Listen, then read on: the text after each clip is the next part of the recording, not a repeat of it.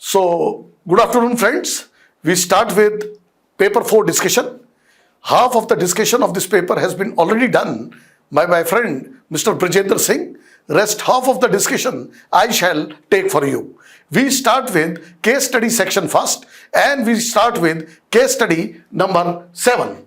Now please go through this case study as it is presented in front of you. It talks about a person by the name Prabhat, who is a vice president of Sterling Electric Limited, a multinational company.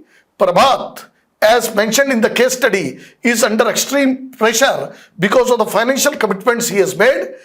He has been a very good worker for his company, getting them number of contracts, but unfortunately the business that he used to get for the company of late has somewhat dried, and as a result of that, company has issued a threat to fire Prabhat in case he is not able to get them the contracts, and Prabhat has ensured them that he is working on a special contract from Ministry of Defence at a secret installation near Gwalior, and for which the tender is being submitted shortly, and there is every likelihood that he will get this contract for them.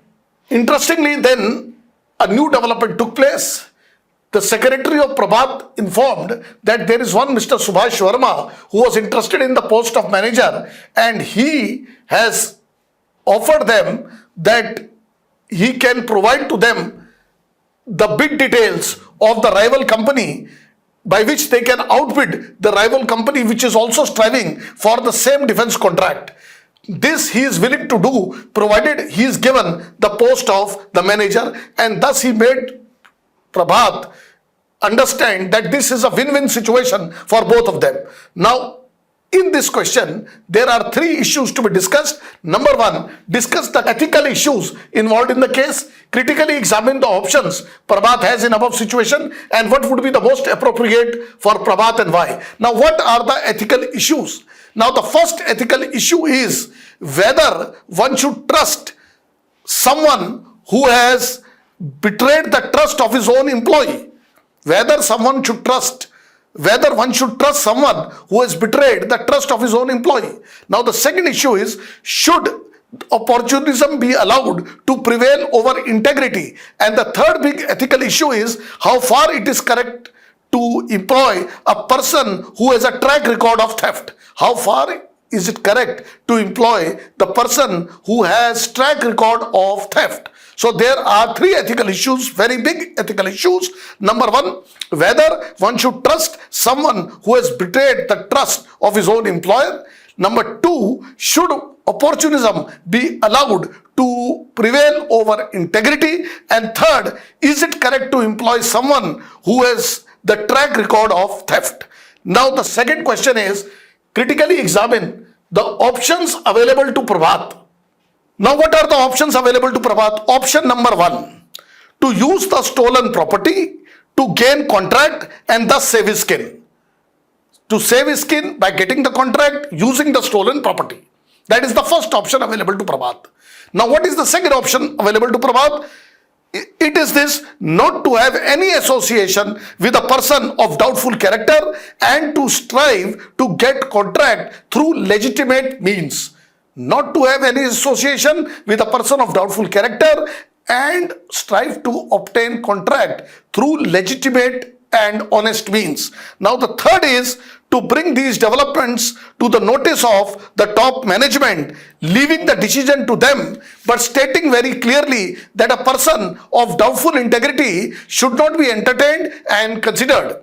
So Prabhat can bring it to the notice of top management and at the same time clearly state that a person of doubtful integrity cannot be relied upon, trusted or be considered. And the last is to resign and leave the organization before he is officially sacked. Now the last question pertaining to this is, which would be the most appropriate for Prabhat and why? Obviously, a right is a right even when nobody does it, and a wrong is a wrong even when everybody does it. So the contract should be obtained only through the legitimate means. That is the right approach. Professional integrity should not be compromised. That is very important. And the person of doubtful integrity should not be entertained, because today he has stolen some information from his company, his present company. Tomorrow he shall do it for your with respect to your company as well. So the right option for Prabhat is to keep the top management informed about all the developments, but at the same time present himself to the top management as a person with professional integrity who will not compromise with his ideals. Prabhat should not be afraid of losing a job, because if a person has character and competence, which Prabhat has in abundance, as he has demonstrated through the success he has achieved earlier, so there will be many companies who will be willing to take Prabhat. There would be no doubt some period of uncertainty, some periods of economic hardships, but Prabhat should be ready to endure it, because it is a very small price to pay rather than to live with mutilated conscience all your life if the compromise is made. This brings to the end the first case study, and now we shall approach to case study number 2. Dear friends, now we start with the next case study, which is case study number 10. As it is presented in the case study, it is quite clear that you have done your MBA from a reputed institute but could not get campus placement due to COVID-19 generated recession. After a lot of persuasion and a series of competitive tests, including written test and interview, you managed to get a job in leading shoe company. You have got married and you are allotted a job in inspection section, which is responsible for clearing final product. Company is doing good business. The business of the company is good. And for last 5 years in domestic market, it has even decided to export to Europe and Gulf countries. There was, however, a very strange development. The top management ordered the consignment to be clear for domestic market, which was rejected in the Western market because of the defect in it. Now the top management wants you to clear it for the domestic market, overlooking the glaring facts, and you believe that this will tarnish the reputation of the company in the longer run. However, you were still advised by the top management that if you do, you must clear the consignment, because if you do not clear the consignment, they are likely to terminate your services. Now, in this question, there are 5 questions to be answered. So it's a long case study. Under the given conditions, what are the options available to you as a member of the inspecting team? Now, these are the options that are available to me. Number 1, I resist the pressure put by the top management and to clear the defective consignment and decide not to clear the defective consignment. Number 2, I can be the party to wrongdoing, clear the consignment and enjoy immediate benefits. Number 3, resign and leave the company after the written protest. Number 4, persuade the top management to reconsider their decision in the larger interest of both the consumer and as well as the company. Another option for me is that I approach an NGO, give the information to them and encourage them to file a PIL. The next is I bring the matter to the notice of competent authorities, say for example some of the institutions that have been set for protection of consumer rights, so that they can take the necessary action. And last but not the least, I can divulge the information to media so that media can highlight the issue of defective consignment being released for use of consumers in domestic market. Now the part 2 of the question is that you must evaluate each of the option listed by you.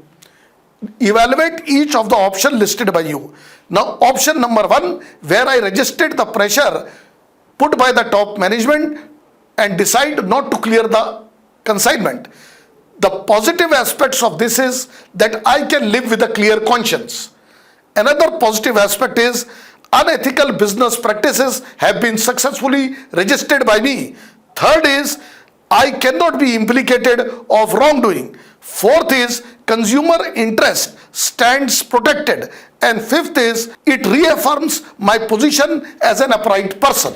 These are the positive aspects. But there are certain negative aspects also of option number 1. What are the negative aspects? Number 1, the person may lose his job. Second, the person may incur the wrath of the top management. Number 3, there can be stress and tension in the family and as well as the workplace. Number 4, person may face number of financial difficulties and hardship and as well as an uncertain future. And number 5, there is a risk, some risk at least, of some physical harm as well. Now let us critically evaluate option number 2. Option number 2 is, I become a party to wrongdoing. The first option, of course, is the most desirable option, where I resist the wrongdoing. Now the second is, I become the party to wrongdoing. Now what are the positive aspects of this? Probably one of the positive aspects is that I may come in the good books of the company and top management. Second is, there can be short-term gains such as my not losing my job, not being isolated by those friends who have signed the release of consignment, etc. Now, what are the negative aspects of it? I will live with a troubled conscience all my life. That is a very big negative aspect. Second is that I may be implicated of wrongdoing later on if the matter comes to the light notice of the competent authorities. Third is, my professional integrity might be damaged. I may come across to others as a spineless person. Now, what is the third option? I resign and leave the company after staging protest. So what the advantages are, I save myself from harassment by the company. Second, I will not be implicated by wrongdoing by competent authorities should the matter come to their notice. But there are some problems also with this option. The negative side is that there can be problems at domestic front due to unemployment and uncertainty. My self-image may take some beating that I did not stay there and fight. Rather, I chose to quit and run away, though I am doing it after staging protest. Now, number 4th option is to persuade the top management to reconsider their decision in the interest of consumers and as well as the company. Now, the positive side is that top management may eventually see some merit in my objections and eventually change their stance. Now, the second positive side is top management may start appreciating the courage and uprightness I have shown. On the negative side, top management may be very seriously offended and see me as troublemaker and may try to further make my life miserable. Now, option number 5. Option number 5 is, I rope in some NGO to file a PIL. Now, there are both positives and negatives associated with this as well. The positive with this is that, well, you can fight the malpractices of the organization, and your fight against the malpractices of the organization may receive further support in the form of NGO and other concerned agencies. Now, second is, on the negative side, it may turn out to be a time, cost and labor intensive exercise, and there may be some vested interest working in NGO also who may join hands with the company to make your life miserable. Option number 6 is to bring it to the notice of competent authorities involved in consumer protection. Now, since there is a government body involved here, so the positive side is that they may take necessary actions and thus put an end to this malpractice. But then there is, on the negative side, there is always a possibility of some corrupt officials in the body which may actually be hand in glove with the shoe company and will make my life miserable. The last is the involvement of media. Now, involvement of media might bring publicity to me, present me to the world as a very bold and strong whistleblower, and also it is quite likely that I may get a social recognition. I may also get consumer love and affection for having stood for their rights. These are the advantages that I might get, but the disadvantage is that media may sensationalize the case, and as a result of that, the focus may be lost. So these are the issues that may be with the media, and also because of the highlighting I get by the media, there are some organizations who may see me as a nuisance creator also. Now, the next question is, what are the ethical dilemmas faced by you? So the ethical dilemmas faced by me happen to be opportunism versus integrity. Second is loyalty to the organization versus loyalty to the consumers. And third is whether or not to be the party to the fraud for personal gains. Number one, opportunity versus integrity. Number two, loyalty to the organization versus loyalty to the consumers. Number three, whether or not to be the party to fraud for personal gains. Now, what can be the consequences of overlooking the observation raised by the inspecting team? Now, the consequences could be that when the company overlooks the observations raised by the inspecting team, it is likely to tarnish the image and reputation of the company beyond repair. Number two, it may invite action by competent authorities against the wrongdoers in time to come. If you overlook the options, there is likelihood that your actions may come to the notice of the competent authorities, because some consumers may be dissatisfied with your goods and they may report to the competent authorities, and therefore the action may be taken against you. And further, it could be like this, because the bad name that the company gets, company might not get further orders. There is always a possibility of this also happening. And also, because it is quite likely that if these things happen, then company operations may come to halt, rendering people jobless. There is also a possibility of this. And the last question here is, as I told you, that this is the very long case study.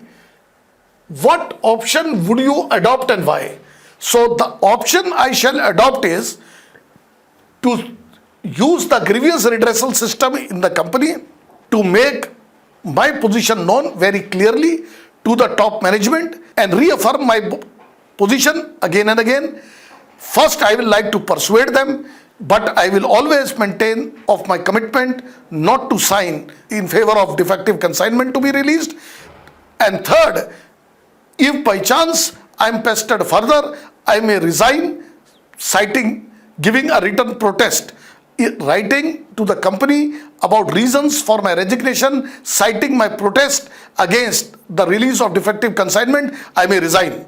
And thereafter, I may seek intervention by competent bodies, NGOs and medias. There is always a possibility of my approaching the competent bodies, media and NGOs more effectively after I have resigned. This is the end of case study number 2. Now let us take case study number 3. So friends, we start with case study number 3, and this case study talks about pollution that is done to the environment. You are the officer heading the section of Pollution Control Board to ensure compliance and its follow-up. In that region where you were there posted, there are a large number of small and medium industries which have been granted clearance. The environment clearance certificate that is in their position does not do justice to these companies, as they are guilty of polluting the environment. You find that these companies are violating the environmental compliance. You issue a notice to all industrial units to apply for a fresh environmental clearance certificate from competent authority, but your action was met with a hostile response from the section of industrial units and other vested interests. Local politicians also became hostile, and it was felt that your actions will lead to closure of these units and the resultant unemployment will lead to insecurity. Many owners have approached you with the plea not to take harsh actions. Now the question here are, what are the options available to you under the given situation? Now option number 1, which is available to me, is to follow the rules and shut down the polluting units if they do not take up the remedial action within the time period that is given to them for this action. So these units must necessarily obtain fresh licenses before the end of the time duration that is given to them, or otherwise they will be shut down. This is option number 1. Option number 2 is you give in to the demand of certain vested interests and certain stakeholders who are likely to be adversely affected by the action that you are about to take. The third is to seek transfer and hand over the responsibility of decision making to someone else. Number 4 is sensitize the NGO to educate the people about how pollution is going to affect their lives, and if the need be, file a PIL in the court as well. And the last is to bring the matter to the notice of media so that the public opinion against the wrongdoing is created. So I repeat, the first option for me would be to take the necessary action if those units that are polluting the environment do not obtain fresh licenses within the stipulated time period. Second is to give in to the demands of stakeholders which are protesting, thus succumb to the pressure of vested interest or be hand in glove with the vested interests. Third is I somehow avoid the responsibility of taking the decision, so I approach my senior for the transfer so that the responsibility of decision making falls on the shoulder of someone else. Number 4 is that I sensitize the local NGO which actually is supporting me to educate the people about how their lives will be affected and an irreparable damage be caused to them because of pollution, and as well as if the need be sensitize these NGOs also to file PIL. Next, then the last point is to bring the information to the notice of media so that the public opinion against the wrongdoing is created. Now, critically examine the options listed by you. You have to critically examine the options listed by you. This is question number 2 here, question number B. Now, option number 1, which is I follow the rules and take the necessary action against the non-compliant units. Now, this option is one which is likely to protect the environment and therefore will benefit all the people in longer run. The major advantages of this action would be that it will uphold the law of the land. Second, it will punish the violators. And third, it will ensure the better health of all concerned. And last, it will also ensure that those who destroy the environment get this firm understanding that they will not go without a punishment. So therefore, for these reasons, I will prefer option number 1. As I repeat, I say the advantages are upholding the law of land. Second, better health of all insured. Third, conservation of environment. Fourth, punishment to violators. Fifth, a message to all those who are likely to pollute the environment that they cannot go ahead and pollute the environment and think that they will not receive punishment. The disadvantages, however, are that some people might lose the job. There may be temporary shortage of products manufactured by these units in this region. And third, that livelihood of people is likely to be affected as setting up the new units which are environment friendly may take time. Now, the second option of giving in to the demands of vested interest or those who are adversely affected also has its own advantages and disadvantages. The advantages are that I save myself from the harm that affected parties may try to do to me. Second is that the tension that is likely to erupt in the region is likely to be diffused, because there is every possibility when these industrial units are closed or shut down, there will be some tension in the area, but that tension will now get diffused because you have decided not to shut them down. The danger, however, is that irreparable damage to the environment will be done. The second is bad precedent of violating the law is set. The position of the violators will be emboldened. My self-image also will take a beating because I will feel myself as a coward. And last but not the least, that it is also likely to ruin my image in the front of other people like NGOs and my colleagues who are supporting me. Now, the next is seeking the transfer, provided my seniors approve it, and then giving the responsibility to someone else to take the action is a clear case of duty avoidance, dereliction of duty. It is also likely to tarnish my self-image on the negative side, though on the positive side, it may save me of the embarrassment or the tension of taking the decision. Now, the next option, number 4, of encouraging the NGO to file the PIL and sensitizing the people is a good option, but then it is again time, cost and labor effective option and is relatively more indirect, especially in the light of the fact that I am in a position where I can institute a direct action. And same applies to media involvement as well, because there is always a possibility that media may sensationalize the case and the focus might be shifted, or it could be like this, that media may not be able to develop the interest in a given issue, as it may not be one that might fetch them the TRPs. So these are the negative sides of media involvement. The positive side is, of course, that media involvement may create public opinion of action against the polluters of the environment. Now, the third is, what type of mechanism would you suggest to ensure environmental compliance?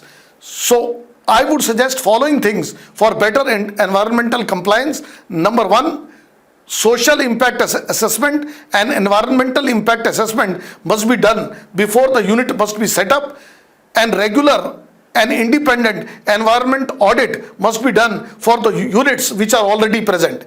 The second is regular surveillance and vigilance, so that the evil is nipped in the bud, and as well as this type of vigilance and surveillance will serve as a deterrent measure for those who carry the design to pollute the environment. Third, strict punishment to those public officials who are hand in glove with the polluters of the environment. And the fourth, I must focus on the use of clean and green technology and must encourage some incentivization for the use of this technology. And last but not the least, building community awareness about need to conserve environment and carry out necessary action. Now, the last question here is, what are the ethical dilemmas faced by you in exercising these opinions? So first is life versus livelihood. Second ethical dilemma is environment versus development, which should be given the primacy. The third is personal and professional integrity versus personal gain. Personal and professional integrity versus personal gain. And the fourth is long-term gain of protecting the environment and health of people versus short-term gain of preventing unemployment. So these are the major ethical issues. So here we finish with all 3 case studies. Now we will take the section 1 questions, and now let us start with them. So friends, now we start with section 1, and we start with question number 2A first. Rules and regulations are provided to all civil servants. Positive-minded officers interpret the rules and regulations in favor of case, whereas negative-minded officers are unable to achieve the goals by interpreting the same rules and regulations against the case. Now let us take this question. Now, what are rules? So rules are made to interpret and apply the laws. Rules are made to interpret and apply the laws. Now, the way the rule is interpreted also depends, at least partially, on what kind of mindset the officer has, whether the officer is a positive-minded person or a negative-minded person. Now, positive-minded officers interpret rules and regulations in a manner that make them realize the goal of just and fair administration. They demonstrate substantive interpretation of law. I repeat, positive-minded officers interpret rules and regulations in a manner that make them realize the goal of just and fair administration, and they demonstrate the substantive interpretation of law. Negative-minded officers implement rules and regulations guided by procedural niceties. I repeat, They do not do substantive interpretation of law, rather they are guided by procedural niceties. Their focus is on obtaining procedural niceties rather than arriving at the objects of law. So negative-minded officers implement rules and regulations guided by procedural niceties rather than objects of law, and this leads them to behave in a mundane, stereotyped and parochial manner, which actually causes discomfort to the people whom they govern. These type of officers fail to realize the objects of law and operate in a manner that leads to unnecessary delays and denial of justice to the people whom they govern. Now let us take an example of it. We take an example of the right to information, RTI, whereas an stereotyped or an obsessive rule-driven officer is likely to see RTI as a kind of a cumbersome procedure which actually obstructs his day-to-day functioning and eats away the vital time that he actually should have invested in his work. A positive-minded officer will feel that RTI is the key to the successful democracy. It is the key to ensuring institutional integrity. So effort should be made to make sure that all RTI requests are addressed. He will not see RTI as a kind of bottleneck or constraint in his work. He will not see it as a waste of time or something that hampers the discharge of duty. Rather, he shall feel that RTI is very necessary in order to establish public accountability, in order to make the system efficient and effective. Same way, we can take another example of a custom officer who otherwise is empowered to carry out search if he has reasonable doubts regarding some or the other passenger. Now, a very obsessive, negative-minded custom officer will carry out that search even when there is enough evidence to support that with the particular passenger this kind of an extensive search is not required. This he does because he is rule obsessed. He just follows the letter of law and not the spirit of law. In contrast, a positive minded officer will not carry out the search for those passengers with whom he is convinced that they prima facie seem to be honest, upright and are willing to cooperate, and therefore will target only those on whom there is reasonable ground for suspicion. So this is how the conduct of a positive and negative officer differs. So this is our answer to the question number 1. Now let us answer question number 2. It is believed that adherence to human actions would ensure in smooth functioning of the organization system. If so, what does ethics seek to promote in human life? How do ethical values assist in resolution of conflicts faced by the person in day-to-day functioning? Now let us answer this question. What are ethics? Ethics are the instruments that help us differentiate between right and wrong and follow the path of righteousness. So ethics is a science of conduct. It is a moral science. It makes the individual understand that the welfare of the individual lies in well-being of all, or the well-being of all will ensure the welfare of the individual.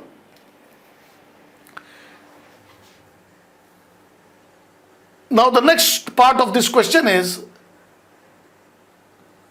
what ethics seek to promote in human life? Ethics seek to promote in human life regulated conduct. They bring about in human conduct integrity, empathy, objectivity, impartiality, commitment, honesty, sincerity, and dedication to work. These values can be generated only when the person is of strong ethical fiber. Ethics will ensure that the person will keep the interest of the organization or the nation over his personal interests or his familial interests. He will act in a manner that is just and fair, will ensure that all rewards and punishment that if he has the power to administer will be just and fair. How do ethical values assist in conflict resolution in day-to-day functioning? So ethics can help in conflict resolution by number one, providing the individual the courage required in taking bold and impartial decisions needed to resolve the conflict. So ethics may provide individual the courage to take bold and impartial decisions needed to resolve the conflict. Number two, ethics may reinforce the individual after he has taken the decision so that the post-decisional dissonance is reduced. Now, ethics will reinforce the individual after he has taken the decision so that the post-decisional dissonance is reduced. Third is, ethics provide clear-cut guidelines to the individual regarding which values should be preferred and why. They will provide clear-cut guidelines to people regarding which values will be preferred and why. Next is, ethics will allow the decision maker to understand the things from others' perspective as he tries to resolve the conflict. So therefore, will try to arrive at integrative solutions, the solutions which can address to legitimate aspirations of all stakeholders. This way, the resolution which is reached is acceptable to all parties, is amicable to all parties, and is respected by all parties. So this brings to the completion question number 2. Now let us take question number 3. Quotation based questions. Ethics is knowing the difference between what you have right to do and what is right to do. So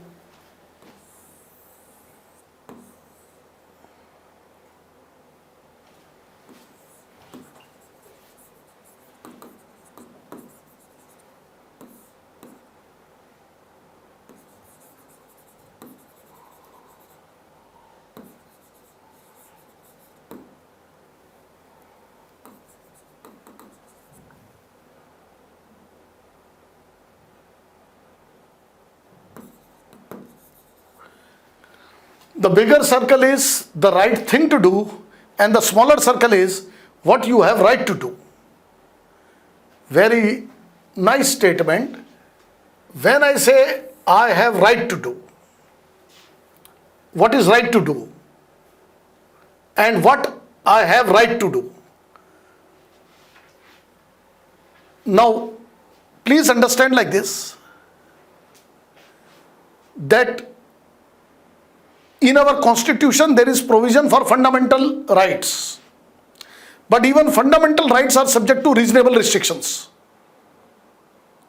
So even with respect to fundamental rights, you do not have absolute rights.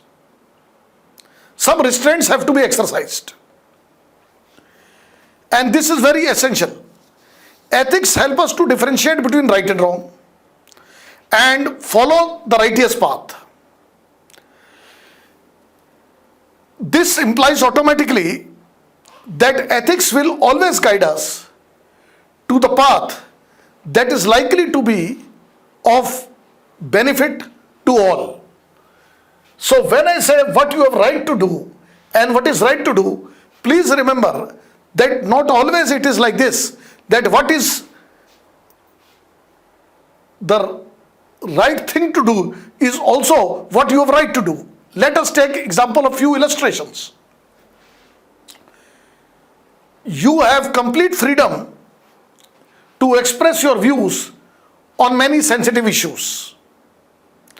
But if the present environment is one of communal tension, where expression of these views is likely to create conflict between the communities, So what you have right to do is not the right thing to do. Similarly, let us take another situation. You are a rich man. You can enjoy all luxuries of life. You construct a swimming pool in your house. This may be what we describe as you having right to do because you have the money. But it is not right thing to do in the light of the fact that water is a precious resource. Likewise, a physician who is holidaying receives a call from the patient who requires some consultation. The physician refuses to attend the call because he has right not to attend the call. He can tell the patient that the doctor that is doing duty on his behalf is the one that should be contacted. But this is not right thing to do because to attend to the ailing person is always the requirement of the Hippocratic oath as well. So please understand that there is no freedom which is absolute. Every action requires you to listen to your voice of conscience and then accordingly act. If you were to listen to the voice of your conscience and then act, so the things on which you have right will always become also the right things to do. So this is our answer to the question number 1. Now let us see the question number 2. If the country has to become corruption free, there are 3 key elements who can make the difference: mother, teacher and father. In other words, when can the nation be corruption free? When people are driven with set of positive values. Who will impart these positive values?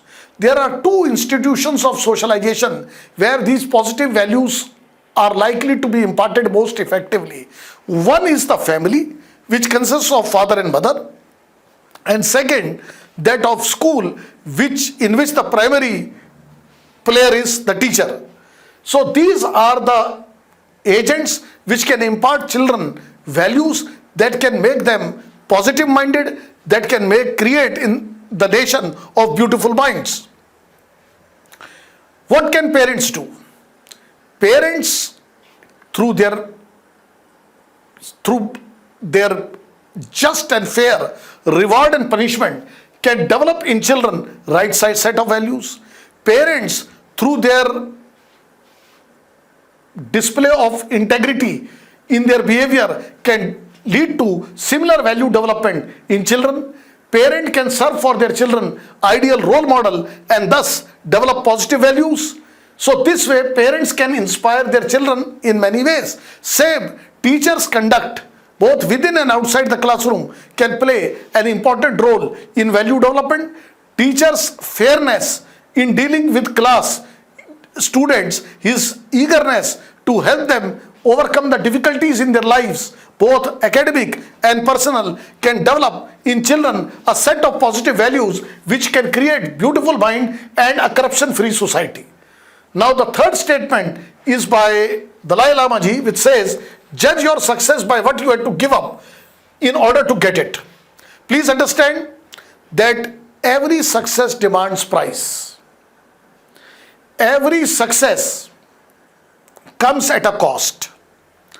Now you have to carry out cost-benefit analysis before deciding that whether the particular goal that you are ready to pursue because you regard it as successful goal should be pursued or not, or if you have pursued it and have become successful, how truly successful you are. For example, there are many people who are very keen to acquire name, fame, position and power.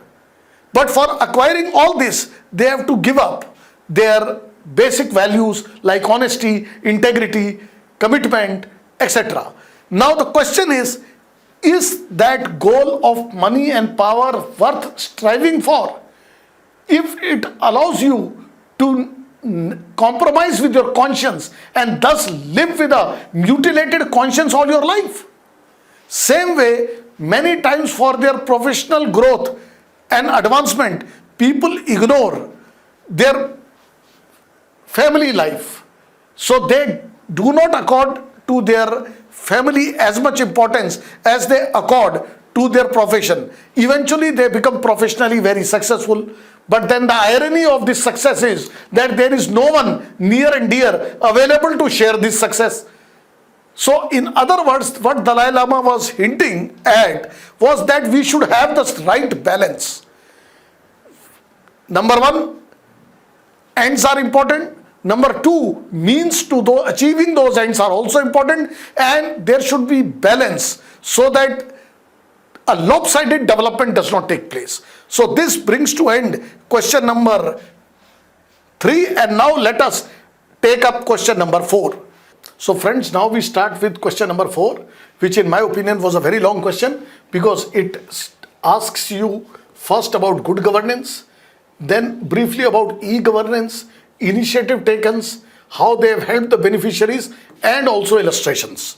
So we start with good governance.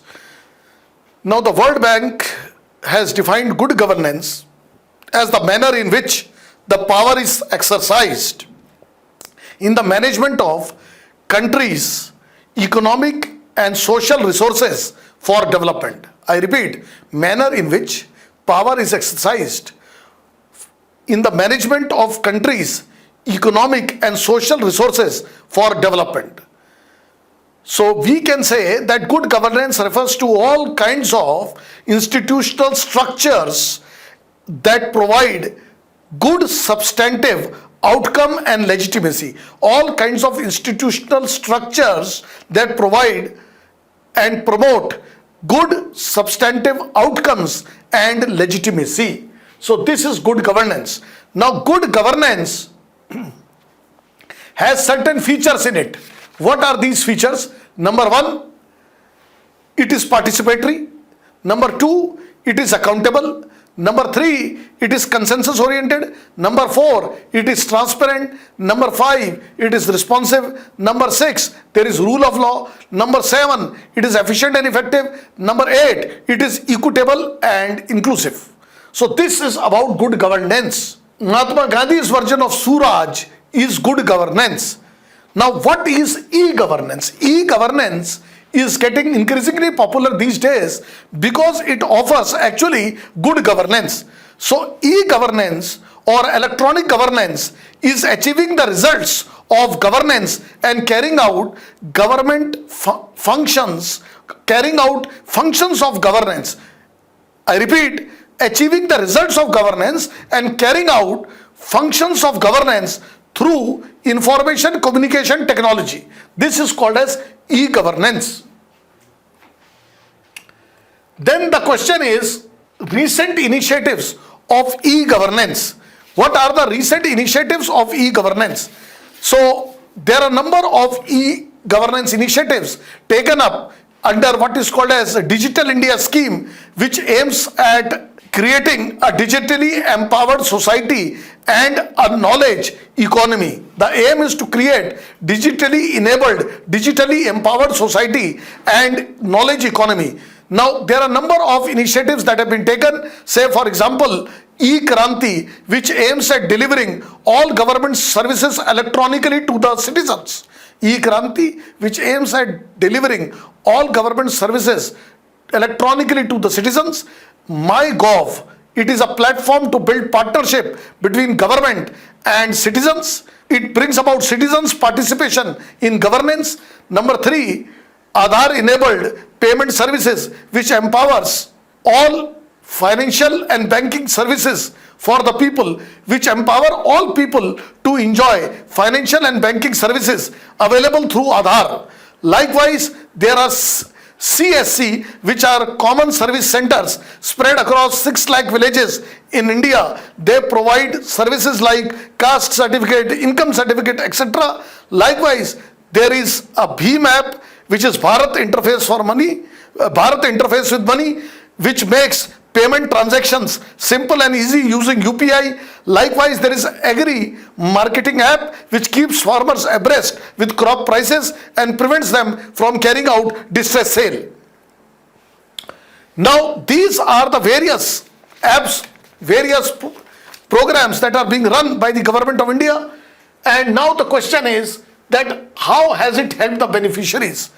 So, through e-governance, quick and fast government service delivery has been achieved. Targeted service delivery also has been achieved.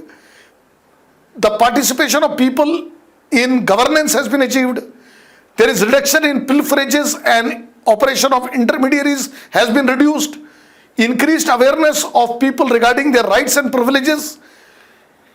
And also, it has made life easier for all as banking services, health services, agriculture services, marketing of agricultural products, educational services are available with the click of mouse. And of course, the last mile connectivity has been achieved through these exercises. But I must add here that you see some more has to be done before we can say that our e-governance initiatives have been completely successful, because you see there is still the issue of digital divide, there is widespread digital illiteracy, there are infrastructural bottlenecks which include poor IT connectivity, which includes non-availability of smart gadgets, non-affordability of smart gadgets, which also includes disruptive electric supply, etc. Then there are issues of trained and efficient delivery of manpower at the cutting edge. Absence of trained and efficient delivery of manpower is absence of trained and efficient delivery of manpower at cutting edge. So these are also the factors, and one way of overcoming this is of improving the infrastructural, overcoming the infrastructural bottlenecks, and also improving the capacity building. So this finishes our question number 4. Now we deal with question number 4B. 4A is finished.